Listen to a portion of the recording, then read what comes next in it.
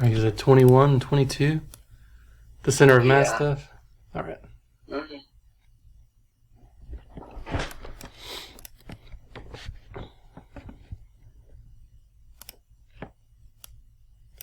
Okay, so find the moment about the x-axis of a wire of constant density that lies along the curve y equals the 2 root x from x equals 0 to x equals 3. Okay, so just to kind of to see what this thing looks like, it was 2 root x.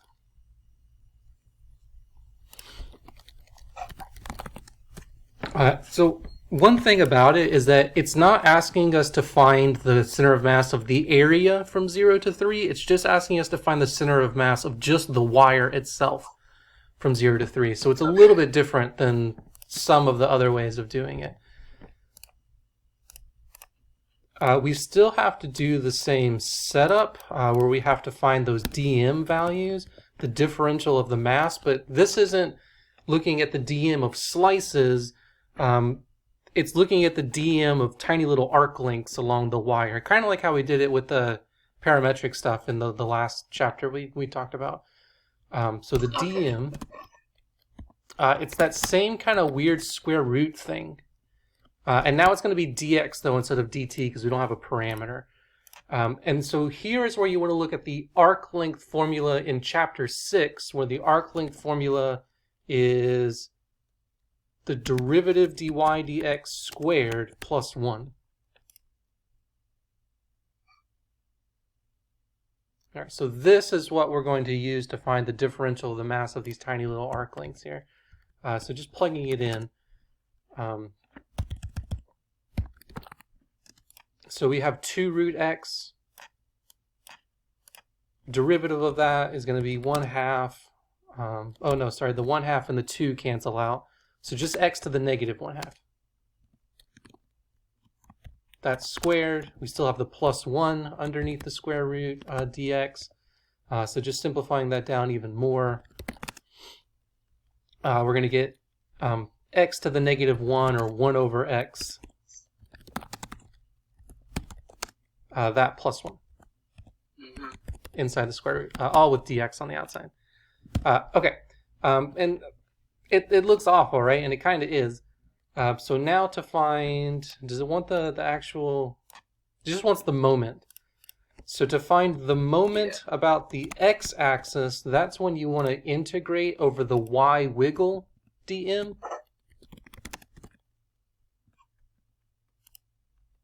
But the x wiggle, y wiggle, when you're talking about a wire, is just the location of the point that you're integrating on. So it's going to be the integral where y wiggle is just the y component for that particular x. It's just the value of the function, since that is the y value for that particular x. So 2 square root x goes in for the y wiggle, and then the dm is the thing that you had found up top here.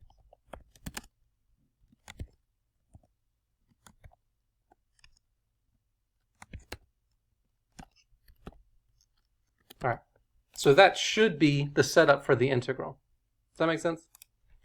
Yeah, and I can just type that in my calculator, right? When I get there. Probably, yeah. And it's going from 0 to 3. Okay, cool. Yeah, so it wouldn't be too hard to do it by hand either. It looks awful at the moment, I know, but when you distribute the square root x into here, you just multiply the insides. So that x times the 1 over x is just 1, and then that's going to be plus root x times root 1 is just x. So this is your integral. Okay. Gotcha. Yeah, and then you can do a u substitution there, and it's not too bad. Okay, so do we need to finish that one, or you got it? And I think, no, I got it from there. But Okay. I think 22 is the same thing, so I'll probably have that one good. I don't think I'll need help with that one. Yeah, Yeah, so that one would just be like both coordinates, right? yeah, so here you do have to do both of the moments. So we did the moment with x, but you would also have to do the moment of y for this one as well. And there is one other difference, and that's that they give you a density here. So just make sure when you're doing the dm stuff, you multiply that by that density. So when you do all this, there's going to be a cosine theta kind of out in front because of the density they give you. Okay. But everything else is the same.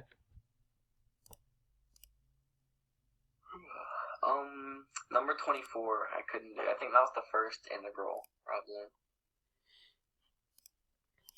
Yeah, that one. I don't know why. I could not solve it. That's all right. So let me just write it out here.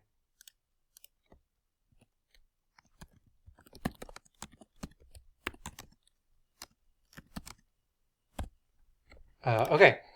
Yeah, so I think this one is actually pretty hard. It's going to be one of those special U substitutions that we looked at in class. So you are going to let x be, or let u be the inside of the square root there, the x minus 2. But what you can do is that you can actually solve this for x as well. So if you solve this by x by adding the 2 over, you get x is u plus 2. We still need to figure out what the dx is going to be, or not the dx, sorry, the du, because du is just the derivative here, dx. So then when you substitute this back into the integral, from this numerator you still have a 4, but now this x we're going to substitute with the u plus 2, and that's going to be divided by the denominator here, which is just the square root of x minus 2, which is now u. And then the dx just becomes du. All right, now we have a couple of terms up top and just a single term on the bottom, and we can divide those.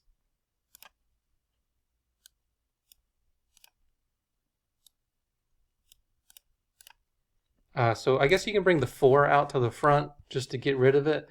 And then u divided by square root u is square root u. Plus 2 divided by square root u, you can just think of as 2u to the negative 1/2. I like thinking about it that way just because I like exponents better than square root stuff. We can do the antiderivative now, so we leave the 4 out in front. This is u to the 1/2, so we're going to raise that to be u to the 3/2 and divide.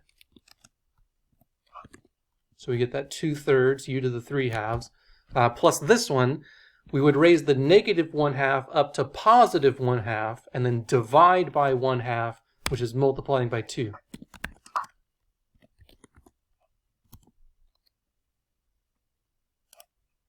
All right, and then you can distribute the 4 back into there.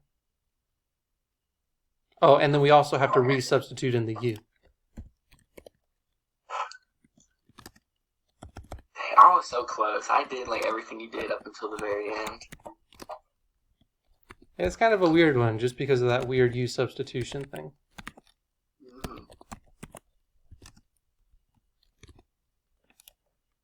All right, and then it looks like they do something even weirder to get one of these answers over here, just because it's not matching what we have yet. What they do is they factor out x minus 2 to the 1/2. So if you factor out an x minus 2 to the 1/2, oops.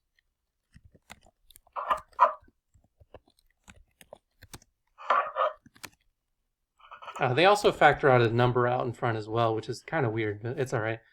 So taking that out of both of these terms, this is still going to be the 8/3, and we're going to have 1 x minus 2, plus this last term, you're still going to have the 16, and we already factored out the x minus 2 to the 1/2. And then just cleaning this up a little bit, we'll get to one of these, whichever one it is. Either Okay. B or D. If I had to guess, it would be B.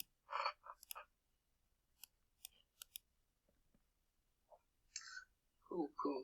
Yeah. Okay, let's see. Number 28. I think it was a trig substitution integral. And then I think you had to use secant for it. Oh no, this was different. Well, your numbers might be different. Or your stuff might be different. It might still be the same question, just different things here. Yeah. Yeah, this one was hard.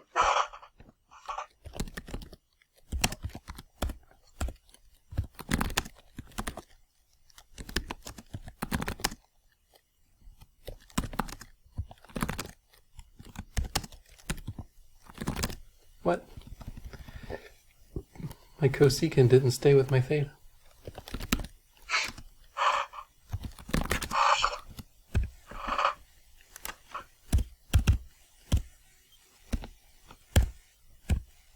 Okay, well, pretend that box isn't there. Alright. Alright, cool. So for this one, I think what you want to do is...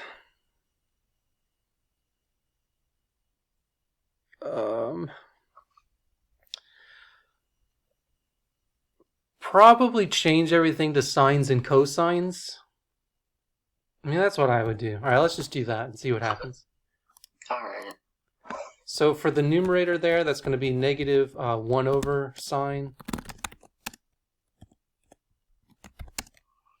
And then for the denominator, we're going to have a 1 over sine.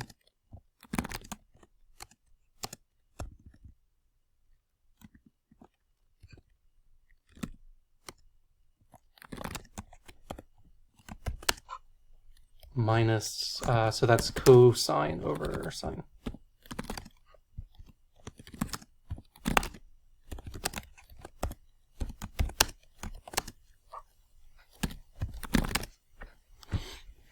All right, notice that sine is in every single one of the denominators, so we can just multiply top and bottom by sine. See what that does. So we'll have a negative 1 on top, and then just 1 minus cosine on the bottom.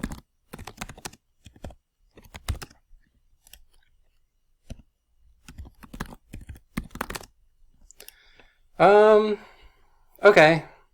It's not the end of the world. We can still continue from here. I'm going to pull this negative sign out of the integral.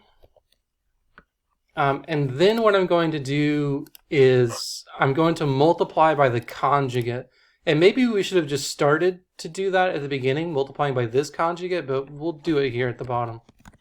Okay.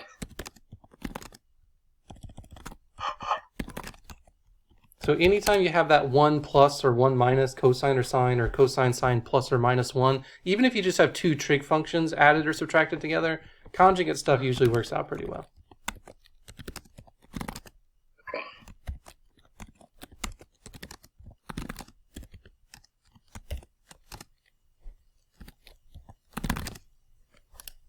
All right, so multiplying this all out, still have the negative sign out in front. We're just going to leave the numerator alone for now, just that 1 plus cosine theta.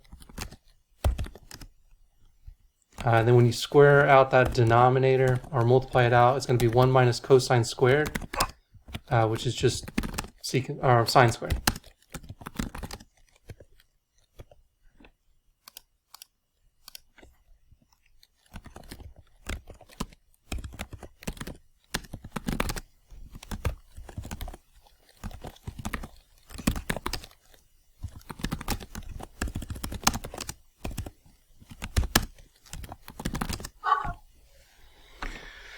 All right, now what I would do is that I have two terms up top and then just a single term on the bottom.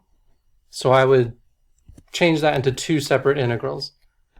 So the negative integral of 1 over sine squared, which is cosecant squared. And then the minus integral cosine over sine. We have a 1 over sine, which is a cosecant. And then cosine over sine, which is cotangent.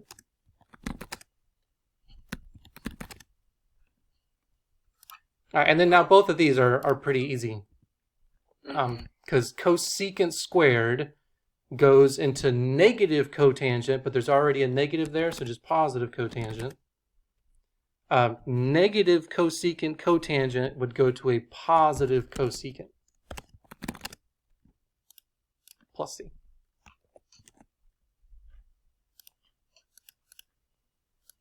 Yeah, so we may have done a few extra steps that we didn't need to do, but we got there. Cool, that makes sense. Yeah, I definitely think changing things in the sines and cosines, at least for me, it opens it up a lot more and makes things look easier. But I think we could have just gotten away with multiplying by the conjugate here at the beginning, and we might have skipped all the way down to here at the bottom right away. It's tough to know. Do you have any other ones? Matthew, did you have any of these practice things you want to look at?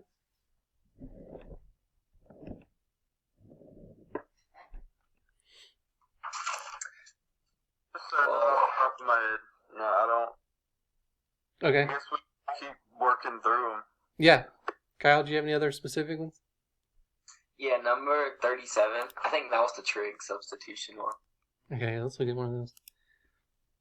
Now, if we run out, we'll just pick some at random. So dx over 49 x squared plus 1 all squared. Okay. Yeah, so there's a couple different ways that you could go about doing this one. This may be one that actually shows up on the integration table that I gave you guys after you do a special use substitution. So I don't know if that's 100% the way it would work out, but you could probably do that. Just for extra practice, though, let's do this with a trig substitution. And you can do trig substitution anytime you have two squareds added together or subtracted from each other. First thing you have to do is decide which trig substitution would work, and it's all based on those triangles. You could either memorize which one it's going to be, or you could like draw the triangle out and figure it out that way. Both ways work. So if I have a right triangle, whenever you have two things added together, that is going to be a triangle where this represents the hypotenuse. So the square root of that 49, I can't draw that great in here, x squared plus 1 is the hypotenuse, which means that the two legs are going to be the square roots of the inside.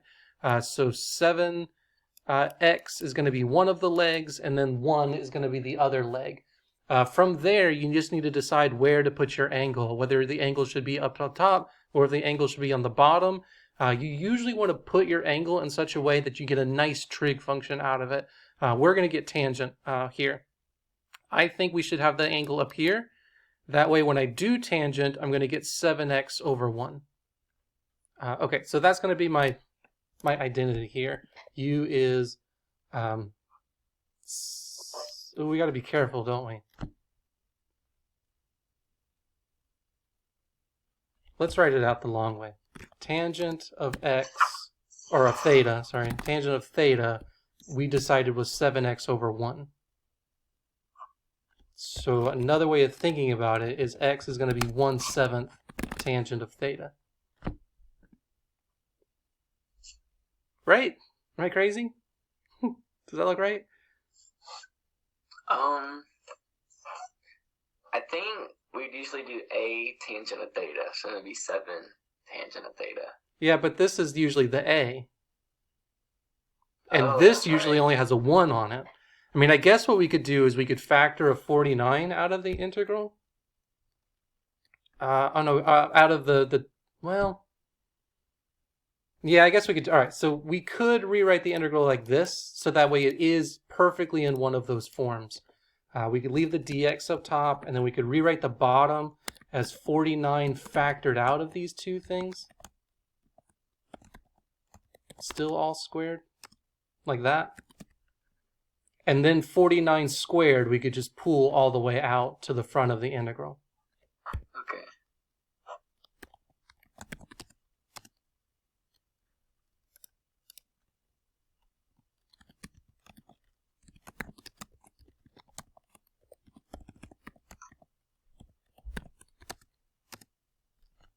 So we could rewrite it like that.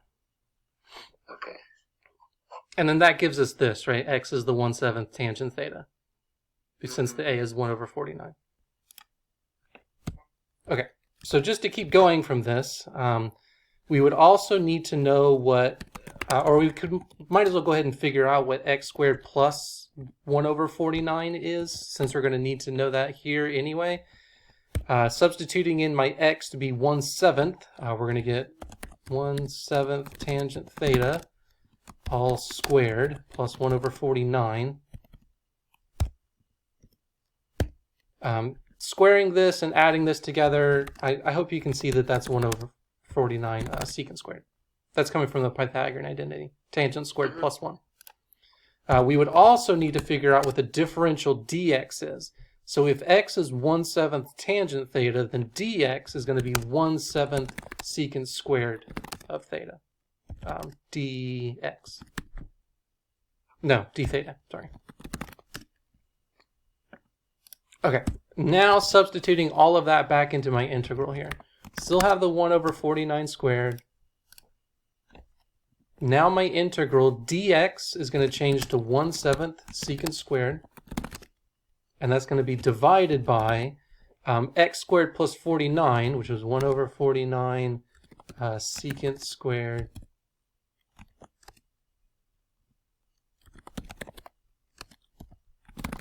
But now it's that whole thing squared.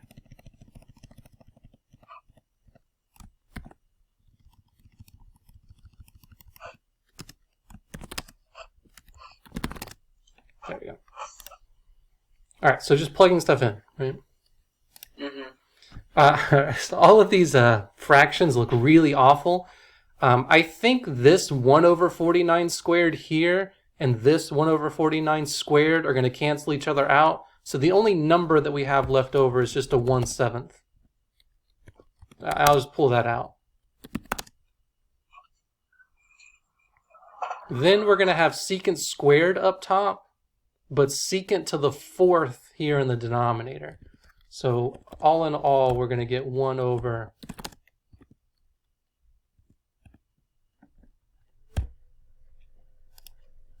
the secant squared.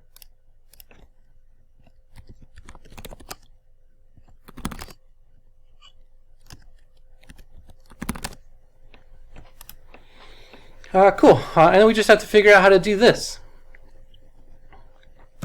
which does not look super easy either. I would change the sines and cosines again.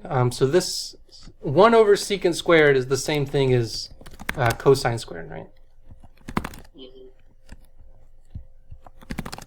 And then cosine squared was an integral that we did the section before all of this stuff in section 3. This, there's a special substitution. So remember, cosine squared changes into 1 plus cosine 2 theta, I think, over 2.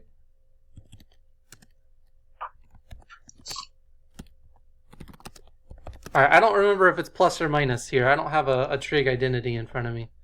Whichever one it is, it's that.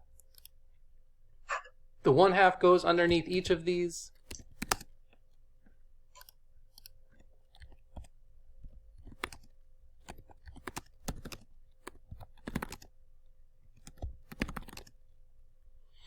I think you just anti-differentiate both of them. Alright.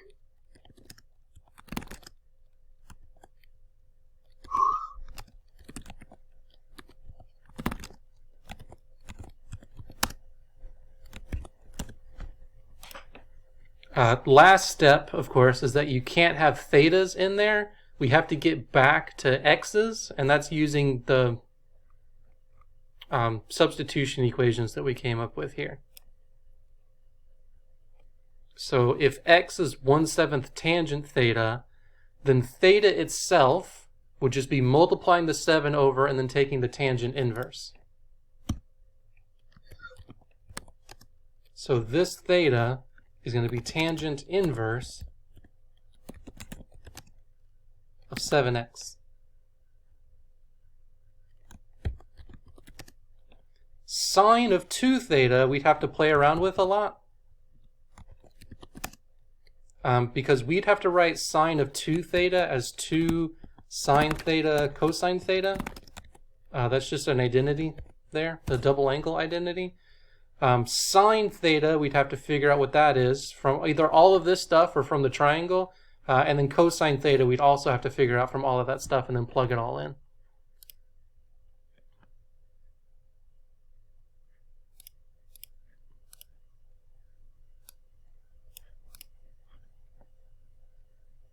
But it comes out to be this last one here. Okay. Does that make sense? Does that help? Is that a lot? Too much? No, that makes sense. Okay. The next one I had was from chapter 9. It was number 43. Because I forgot how to find, I think it was an error problem. I think. Okay. Estimate the number of subintervals needed to approximate the integral using Simpson's rule. Yeah, so this is going to be that error stuff, and there's just a formula to it. And I think I messed up on trying to find the upper bound, because I think there's like a capital M. There is, yeah. So it's like M, B minus A. I don't remember what it was to, though. And then divided by 180 into the fourth. That was off memory. I don't know if that's actually what it is. I can check. Yeah, I don't think I have my notes for... Well, maybe I do.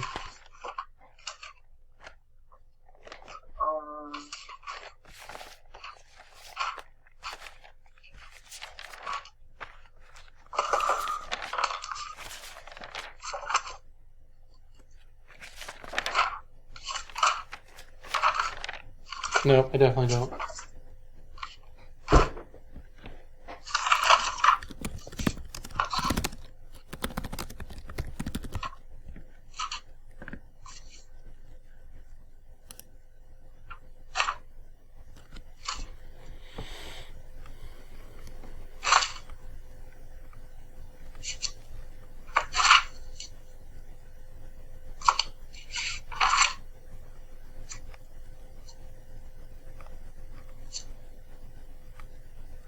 Did you find it?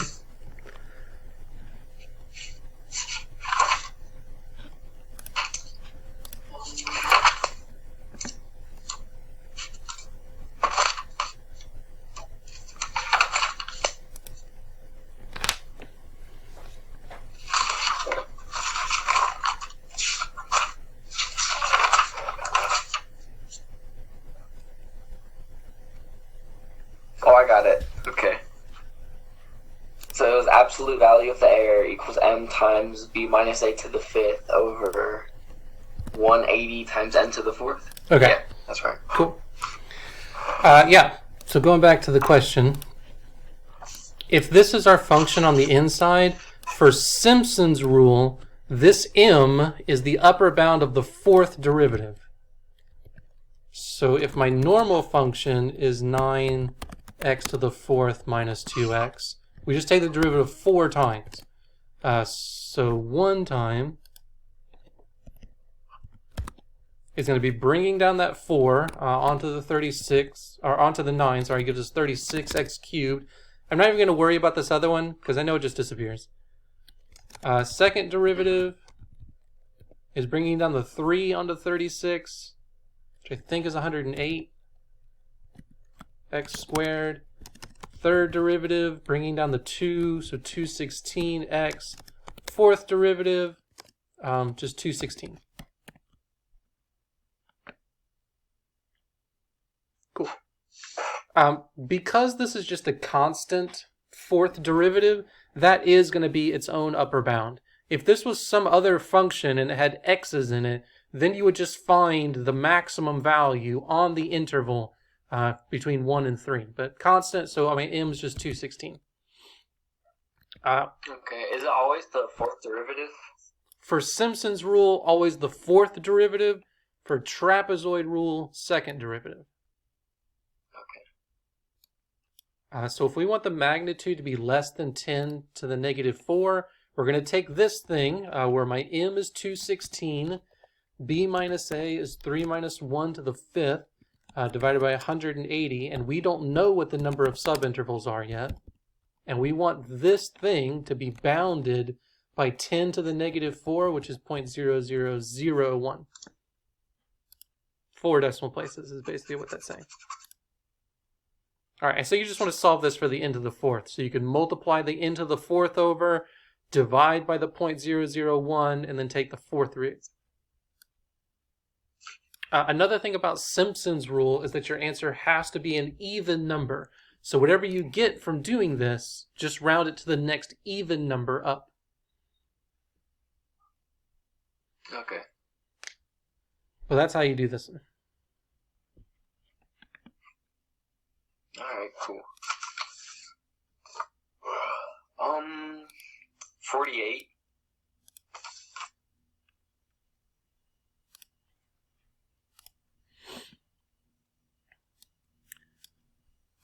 Yeah, okay. These differential equations, you'll definitely see one like this on the final. So y prime minus y is equal to negative x y squared. This one's actually a little bit different than what I was thinking here, but we can still do this one. Okay, so there are two different types of differential equations that you guys are going to see. Separable differential equations, which you actually saw back in Calc 1, and then linear differential equations. Linear differential equations are the ones that can be written in that format, the y prime plus p of x y is equal to q of x. This is where you had to find that integrating factor and then multiply that on both sides. The example that we have is not going to be one of those because of the y squared here. So we have to come up with a different way of solving this differential equation. We're going to have to do separable stuff. Hopefully. Although it doesn't even look like we could do separable stuff. Let's see what happens. So if I add that y over.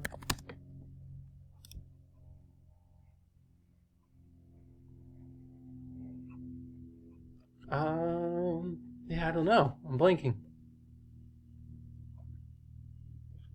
Let's see what the homework says. Oh, they don't have anything on these, do they?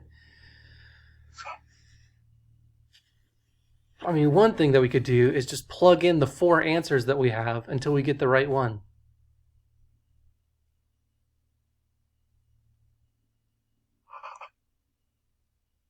But other than that, it's definitely not a linear one. Yeah, the two different y terms is what threw me off.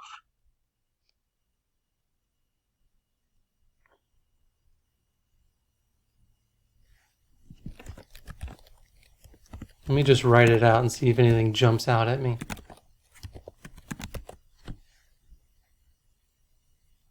Nope. Still looks bad. Oh, excuse me. Alright, let me look this one up. Because I don't know.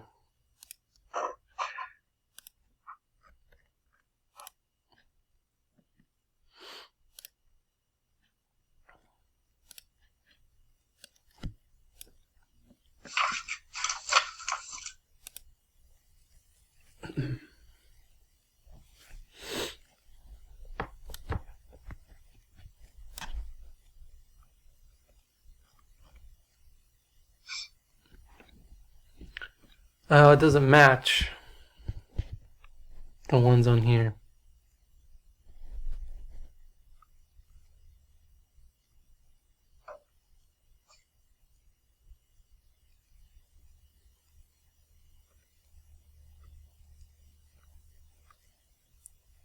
I don't think any of these look like the one that we have.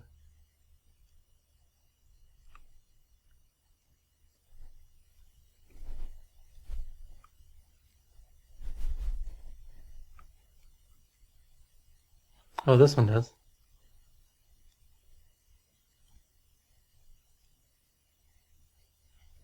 Okay, it's a weird U substitution thing. So what we're going to do is we're going to let U be y to the negative 1.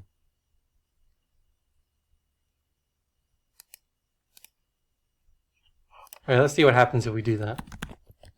So if we do let u be y to the negative 1, then just kind of moving that around, we get the other way around as well.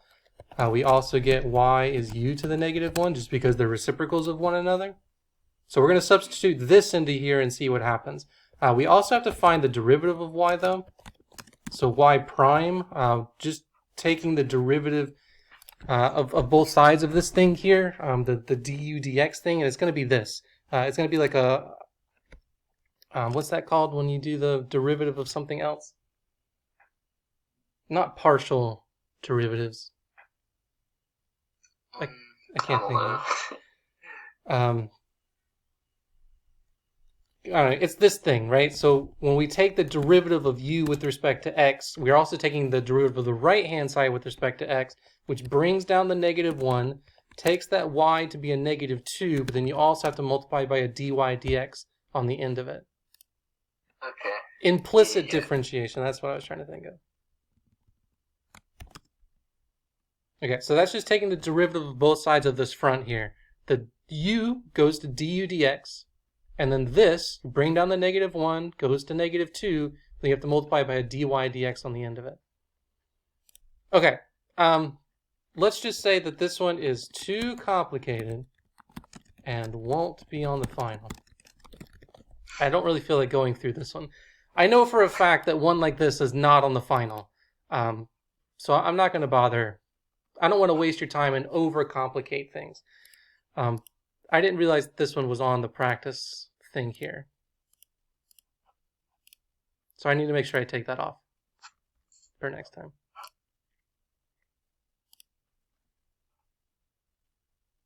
Let me pull it back up and let me see if there's a better example on the practice that will be like the one that's on the final. Which question was that one? Do you remember? That was 48. Okay. All right, so toss that one out. You're not going to have one like that. But something like this you would have. So that's Euler's method stuff. Let's see. Yeah, this is a good one too. So the next one, 49, would be more like the one that you would have. It doesn't have that extra y squared, which makes it non-linear anymore. It just has the one y. And with just the one y, you could write it into this format. Okay. And then from here, this is where you would do the steps that we did in class with finding the integrating factor, multiplying it, and so on and so forth. Do you want to see that one worked out? Yeah. Okay. Okay, so let me just copy it down here. I'm going to write that as y prime instead of dy dx.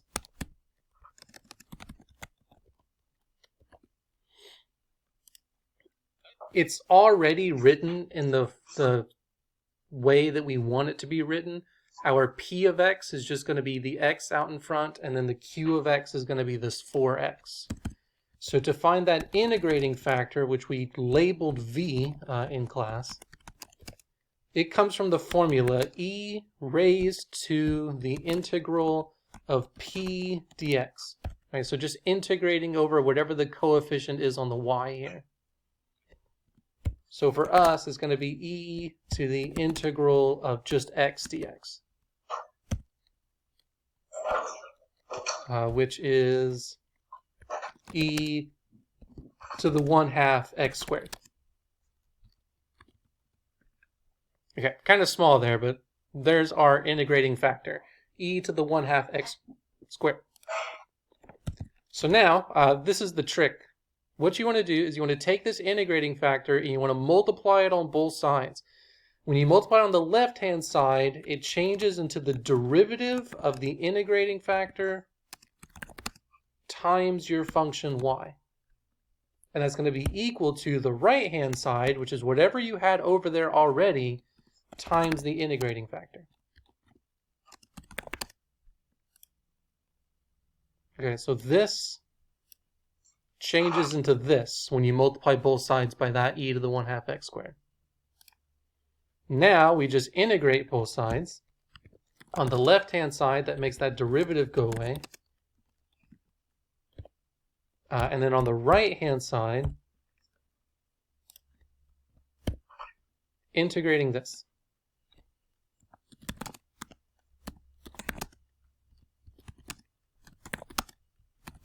And this one shouldn't be too bad. This one's just a normal u substitution. So we'll let u be that thing in the exponent of the e, the 1/2 x squared. And then du would be the derivative of that, which is just x dx.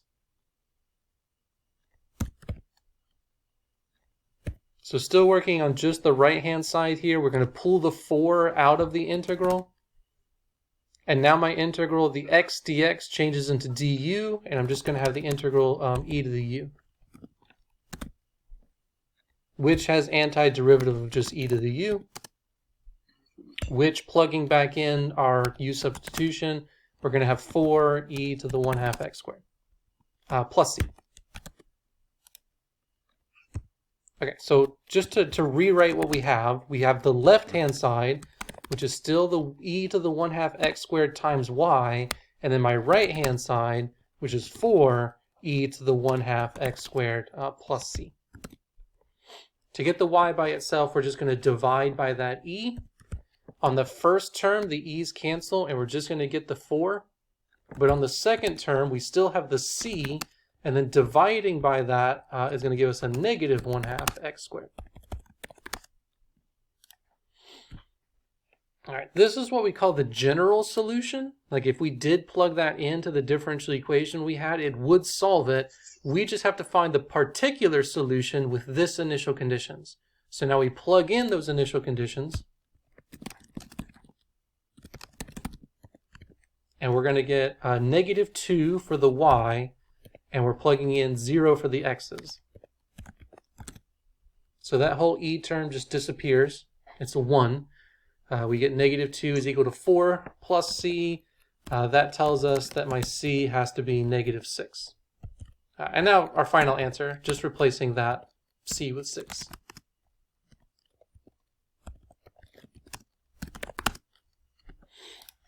So 4 minus 6 e to the negative 1/2 x squared. And if we go back over here, it looks like c.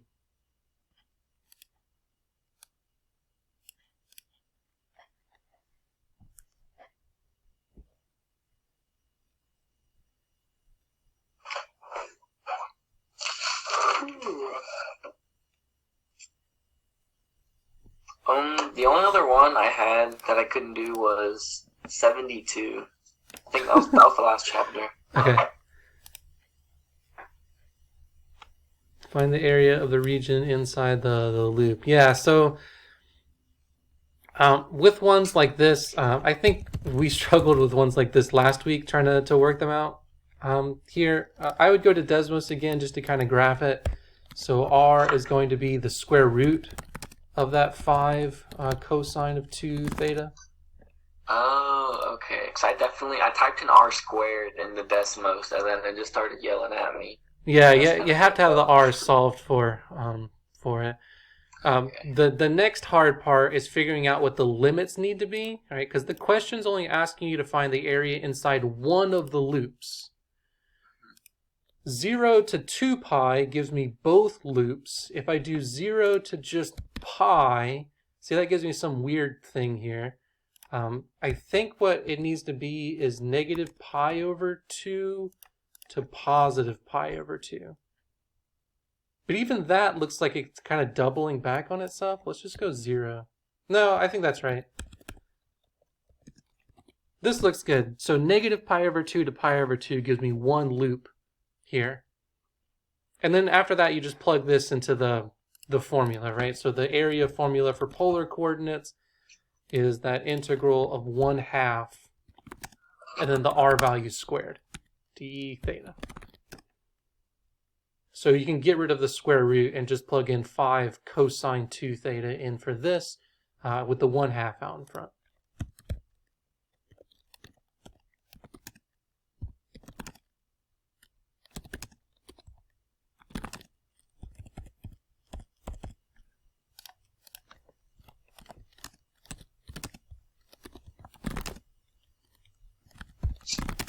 I have an extra 5. Like that, right? So the 5 halves you can just pull out, and then my r squared changes into the cosine 2 theta thing. And then you just anti-differentiate and then plug in negative pi over 2 to positive pi over 2. And that should give you the area inside just the one loop here.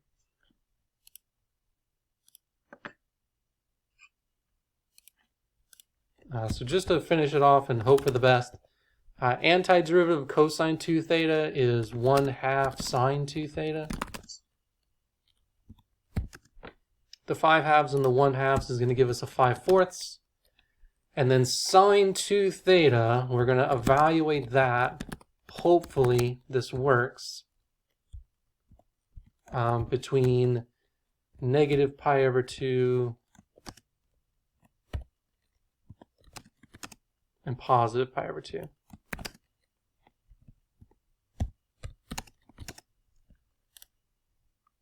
No, and just looking at it, it's not going to work, right? Yeah. Because you're going to get sine of pi, which is 0, and then sine of negative pi, which is 0. So it's going to cancel out. That just means that my limits are all goofy.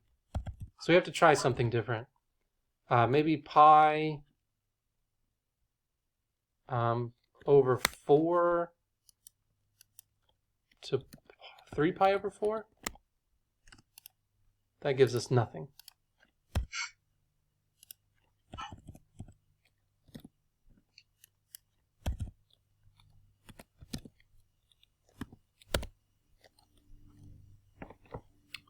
That's only half again.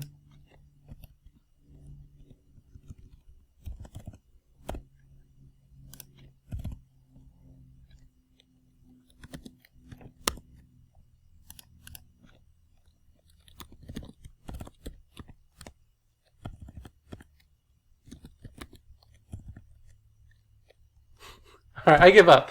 However you do it, right? So just play around with the limits until you can get a loop, and then integrate over that loop.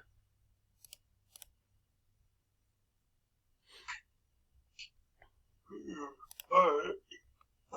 Well, that was all I had. Okay.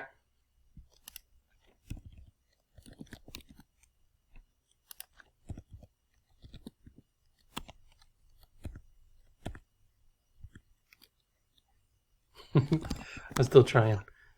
All right, whatever it needs to be. Those questions aggravate me. Okay. Yeah, it's almost 12, huh? I guess we can just call it here. I am going to do another one of these tomorrow.